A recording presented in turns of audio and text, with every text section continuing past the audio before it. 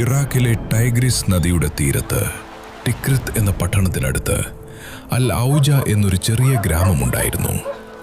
മൺകട്ടകൾ കൊണ്ട് പണിത വീടുകളും പൊടി നിറഞ്ഞ ഇടവഴികളും മാത്രമുള്ള ഒരു ഗ്രാമം.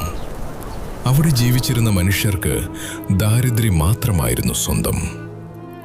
1937 ഈ ഗ്രാമത്തിലെ ഒരു പാവപ്പെട്ട വീട്ടിൽ ഒരു ആൺകുട്ടി ജനിച്ചു. അവന്റെ പേര് സദ്ദാം ഹുസൈൻ എന്നായിരുന്നു. ഈ കുട്ടി ഒരു ദിവസം ലോകത്തെ മുഴുവൻ വിറപ്പിക്കുമെന്ന് അന്ന് ആരും കരുതിയിരുന്നില്ല. വർഷങ്ങൾക്ക് ശേഷം അവൻ ജീവിച്ചത് സ്വർണ്ണപ്പണികളുള്ള കൊട്ടാരങ്ങളിലായിരുന്നു. ലോകത്തിലെ ഏറ്റവും വലിയ സൈന്യങ്ങളിലൊന്ന് അവൻ്റെ ഒറ്റ വാക്കനുസരിച്ചു. അമേരിക്കൻ പ്രസിഡന്റുമാർ വരെ അവൻ്റെ പേര് കേട്ടാൽ ജാഗ്രത പാലിച്ചു.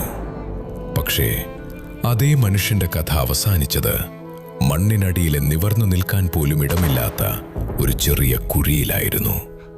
ഒരു അനാഥ ബാലൻ എങ്ങനെയാണ് ലോകം കണ്ട ഏറ്റവും ഭയപ്പെട്ട ഏകാധിപതികളിൽ ഒരാളായി മാറിയത്?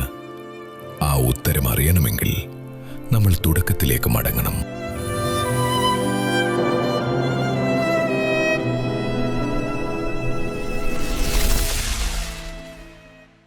സദ്ദാം ജനിക്കുന്നതിനു മുൻപ് തന്നെ അവന്റെ പിതാവ് ആ കുടുംബത്തെ വിട്ടുപോയിരുന്നു.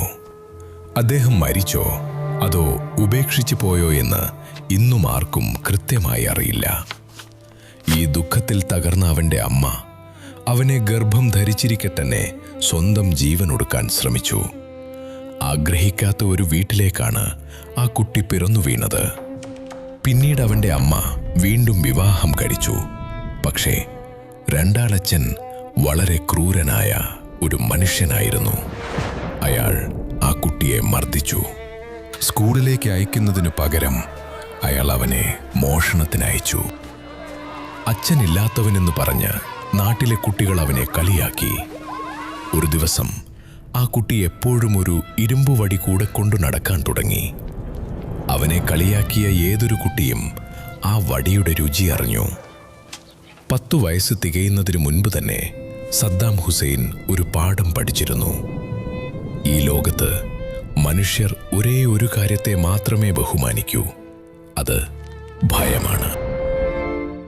10ാമത്തെ വയസ്സിൽ അവൻ ആ വീട്ടിൽ നിന്ന് ഒളിച്ചോടി.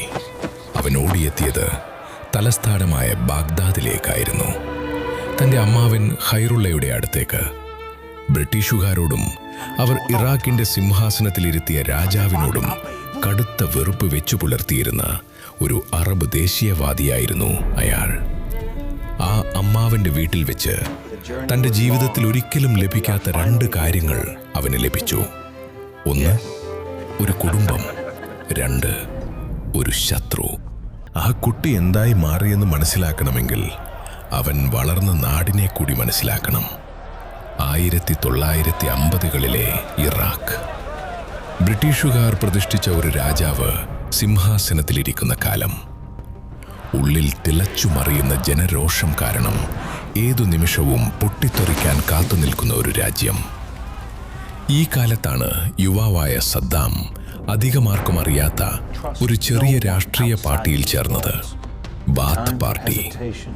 കയ്യിലെണ്ണാവുന്ന അംഗങ്ങൾ മാത്രമേ അന്നതിലുണ്ടായിരുന്നുള്ളൂ. അധികാരമില്ല, പണമില്ല. പക്ഷേ സദ്ദാം ചെറുപ്പമായിരുന്നു, നിർഭയനായിരുന്നു. മറ്റുള്ളവർ ചെയ്യാൻ മടിക്കുന്നത് ചെയ്യാൻ തയ്യാറുമായിരുന്നു. 1959 ആ പാർട്ടി ഒരു വലിയ തീരുമാനമെടുത്തു. ഇറാഖിന്റെ പ്രധാനമന്ത്രിയെ വധിക്കുക.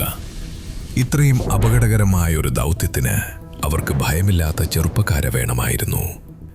അവർ 22കാരനായ സദ്ദാം ഹുസൈനെ തെരഞ്ഞെടുത്തു. സദ്ദാമും സംഘവും പ്രധാനമന്ത്രിയുടെ വാഹനത്തിന് നേരെ വെടിയുതിർത്തു. പക്ഷേ ആ ആക്രമണം പരാജയപ്പെട്ടു. പ്രധാനമന്ത്രി പരിക്കുകളോടെ രക്ഷപ്പെട്ടു. സദ്ദാമിന്റെ കാലിലും വെടിയേറ്റു. അവൻ സ്വന്തം കാലിലെ വെടിയുണ്ട ഒരു കത്തി കൊണ്ട് സ്വയം പുറത്തെടുത്തു. ടൈഗ്രിസ് നദി നീന്തിക്കടന്ന് രാജ്യം വിട്ടു. ആദ്യം സിറിയയിലേക്ക്, പിന്നെ ഈജിപ്തിലേക്ക്. അവന്റെ ദൗത്യം പരാജയപ്പെട്ടിരുന്നു. പക്ഷേ ഈ ചെറുപ്പക്കാരൻ എന്തിനു മുതിരുമെന്ന് ലോകം കണ്ടു. പാശ്ചാത്യ ശക്തികൾ അവനെ ശ്രദ്ധിക്കാൻ തുടങ്ങി. കുറച്ച് വർഷങ്ങൾക്ക് ശേഷം അവന്റെ പാർട്ടി ഒടുവിൽ ഇറാഖിൽ അധികാരം പിടിച്ചെടുത്തു. സദ്ദാം നാട്ടിലേക്ക് മടങ്ങി. പക്ഷേ ഇവിടെയാണ് അവൻ ഏറ്റവും തന്ത്രപരമായ കാര്യം ചെയ്തത്. ഏറ്റവും ഉയർന്ന സ്ഥാനം ഉടനെ തന്നെ അവൻ പിടിച്ചെടുത്തില്ല. അവൻ കാത്തിരുന്നു. അവൻ രണ്ടാമനായി, പ്രസിഡന്റിന് തൊട്ടുപിന്നിൽ.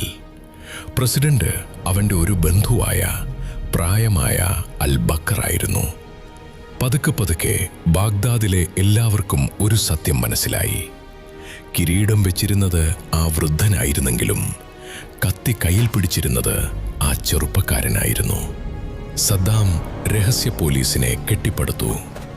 ഓരോ രഹസ്യവും ഓരോ ഭയവും അവൻ ശേഖരിച്ചു. തനിക്ക് ഭീഷണിയാകാവുന്നവർ ഓരോരുത്തരായി അപ്രത്യക്ഷരായി. ഇതിനിടയിൽ ഇറാഖിന്റെ സാധാരണ ജനങ്ങൾക്ക് അവനൊരു നായകനായി മാറുകയായിരുന്നു. കാരണം അധികാരത്തിന്റെ തണലിൽ നിന്നുകൊണ്ട് സദ്ദാം ഒരു വലിയ കാര്യം ചെയ്തു. ഇറാഖിന്റെ എണ്ണ അന്ന് നിയന്ത്രിച്ചിരുന്നത് വിദേശ കമ്പനികളായിരുന്നു. സദ്ദാം അത് ദേശവൽക്കരിച്ചു. ഇപ്പോൾ എണ്ണ ഇറാഖിന്റെ സ്വന്തമായി. 1973 എണ്ണവില ലോകമെമ്പാടും കുതിച്ചുയർന്നപ്പോൾ ആ പണം മുഴുവൻ ഇറാഖിലേക്കൊഴുകി. സദ്ദാം അതുപയോഗിച്ച് ഇറാഖിനെ ഒരു ആധുനിക രാജ്യമാക്കി മാറ്റി. ഓരോ ഗ്രാമത്തിലും വൈദ്യുതി എത്തി. സൗജന്യ സ്കൂളുകളും ആശുപത്രികളും ഉയർന്നു. ഇറാഖിന്റെ കറൻസിക്ക് ഡോളറിനേക്കാൾ വില വന്നു. ജനങ്ങളുടെ കണ്ണിൽ അവനൊരു രക്ഷകനായിരുന്നു. പക്ഷേ ആ പുഞ്ചിരിക്ക് പിന്നിൽ അവൻ ഇറാഖിന്റെ മുഴുവൻ സൈന്യത്തെയും രഹസ്യ പോലീസിനെയും തന്റെ മുഷ്ടിയിൽ ഒതുക്കിക്കഴിഞ്ഞിരുന്നു. 40കളുടെ തുടക്കത്തിൽ ഒരിക്കൽ പോലും പ്രസിഡന്റ് ആകാതെ തന്നെ സദ്ദാം ഹുസൈൻ ഇറാഖിലെ ഏറ്റവും ശക്തനായ മനുഷ്യനായി മാറിയിരുന്നു. പിന്നെ 1979 സദ്ദാം തീരുമാനിച്ചു, ഇനി കാത്തിരിക്കാൻ വയ്യ. പ്രായമായ പ്രസിഡന്റ് അൽ ബക്കർ ആരോഗ്യ കാരണങ്ങളാൽ സ്ഥാനമൊഴിഞ്ഞു. സദ്ദാം ഹുസൈൻ ഇറാഖിന്റെ പ്രസിഡന്റായി. പക്ഷെ അവന് അധികാരം മാത്രം പോരായിരുന്നു.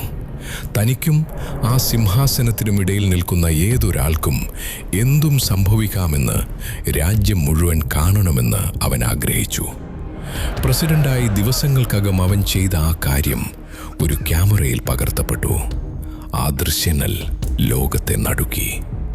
അത് തുടങ്ങിയത് ഇങ്ങനെയായിരുന്നു. ഒരു മനുഷ്യൻ ശാന്തമായി ഒരു സിഗാർ കത്തിച്ചു.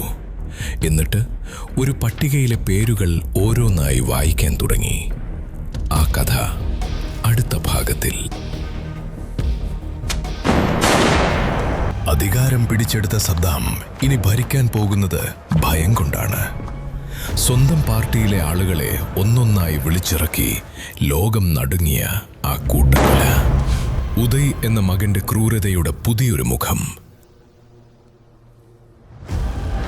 ഒരു കുടുംബം, ഒരു രാജ്യം, എല്ലാം ഒരാളുടെ മുഷ്ടിയിൽ. ഭാഗം 2, ഗോഡ്ഫാദർ. അടുത്ത ഞായറാഴ്ച 7:30. സബ്സ്ക്രൈബ് ചെയ്യൂ ഋഷ് സ്റ്റോറീസ്.